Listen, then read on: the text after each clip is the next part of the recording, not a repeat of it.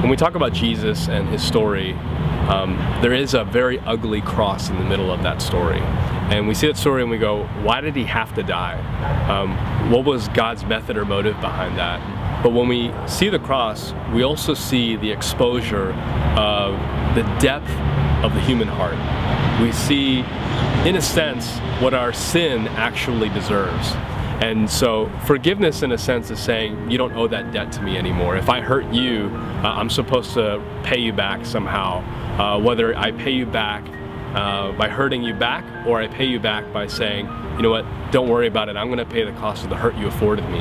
But in a sense, all of humanity, all of us, have not only disconnected from God, but we've chosen to be the God of our own lives.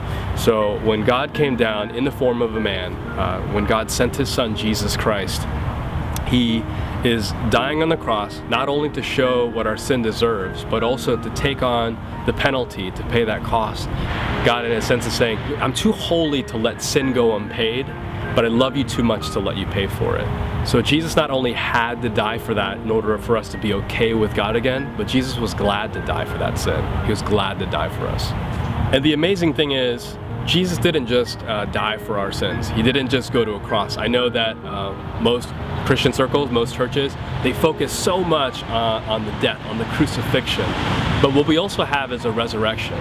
We also have Jesus, who not only identified with man by going all the way to death on a cross, by taking on the curse of our sin, but he also broke death in a tomb. He also, 3 days later, did exactly as he promised that he would. He reversed entropy. He struck the clock backwards. In that sense, when he went out of the tomb, that was an invitation for all of us. God saying, I want to start a new life in you. I want to jumpstart this process of healing in you.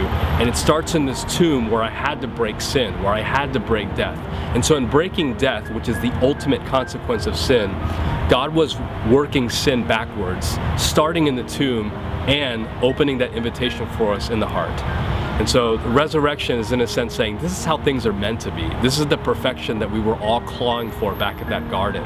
What God was doing was he was jump-starting or recreating everything that has ever gone wrong in the world through a resurrection. No one's ever seen anything like that before. When things die, they die. When things break, they break. When people get sick, they get worse. There is a decay of the world. Romans 8 says that all of us are groaning out. We're crying out for this restoration. And so when Jesus died, he was dying to not only pay for our sin, but he was also going to rise again to say, hey, I'm paying for your sin, but I'm also paving a new way forward to a new life, to breathe life into you so that you could become the people that you were always meant to be.